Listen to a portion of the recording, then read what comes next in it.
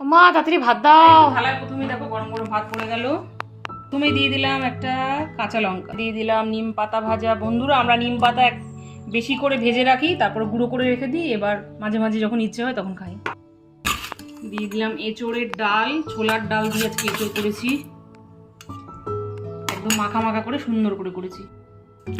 দিয়ে দিলাম লাউ চিংড়ি। এই লাউটা আমার বাড়ির গাছে হয়েছিল, মানে গাছে মানে ছাদে বাগানে হয়েছিল। এই লাউ পেরে নিয়ে লাউ চিংড়ি করেছি।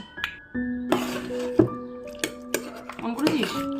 দিয়ে দিলাম কুমড়োর শাক, এটাও কিন্তু আমার ছাদ বাগানে। আমার বাগানে, ছাদ বাগানে আমি গাছ লাগাতে ভীষণ পছন্দ করি বন্ধুরা। ছাদ বাগানেরই আমার এই কুমড়োর শাক। দিয়ে দিলাম পাকালের একদম ঝোল, আলু দিয়ে একদম মাংসের মতো করে পাকাল রান্না করেছি। বন্ধুরা তোমরা এই মাছটা কেমন করে করো সে আমি জানি না, কিন্তু আমি এইভাবে একদম মাখা মাখা করে মাংসের মতো করেই করি। পড়ে গেল ছোলার ডাল দিয়ে এঁচোড়, তারপরে লাউ চিংড়ি, তারপরে কুমড়োর শাক, সমস্ত সবজি দিয়ে আজকে কুমড়োর শাক করেছি। তারপরে পড়ে গেল পাকাল মাছ। না, বৃহস্পতিবার একদম চমৎকার থালি পুরো রেডি, 5 রকমের আইটেম, সাথে নিম পাতা ভাজা। প্রথম পাতে নাও, চটপট শুরু করো।